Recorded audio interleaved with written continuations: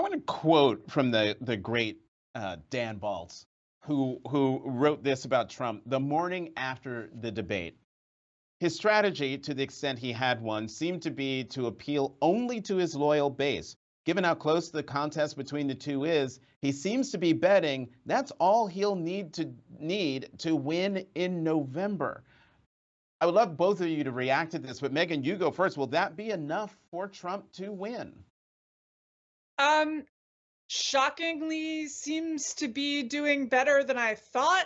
I mean, he is at the moment neck and neck with Harris in the polls, so he's doing something right. Um, Look, I think that he cannot win just by turning out MAGA heads. But there's a lot of people who just, and I think you saw this in the post-debate focus groups, and I think pundits were a little shell-shocked because they looked at this and said, Trump lost so badly. Obviously, this should move things. But when you looked at the surveys of the focus groups, what people were saying, I think there was a really telling moment on CNN where a woman said, "Look, my life was better under Trump, and I just can't risk it." And I think those people, a lot of them really are concerned about immigration. Now, I don't think that they necessarily believe that Haitian immigrants are eating cats in Springfield, Ohio, Springfield, Illinois, rather. But I do think that they think that there are way too many people coming into this country unauthorized, that the Biden administration, I think they believe this correctly, the Biden administration made policy changes that encouraged people to come here. I am not an anti-immigration person, to be clear, but I think a lot of voters are. They are uncomfortable with the sense of disorder.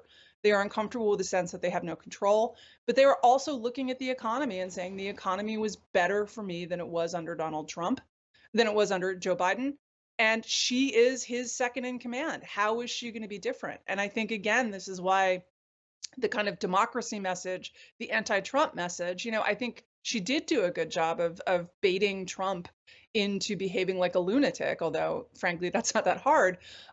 What she didn't do, and I think actually what his raving and ranting prevented her from doing, was define herself for those voters. And so I think there are a lot of people who are just saying, my default is Donald Trump.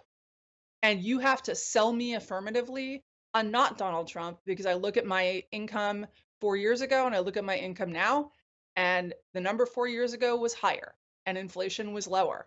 And that is her big problem. And I think she still actually has not solved that problem.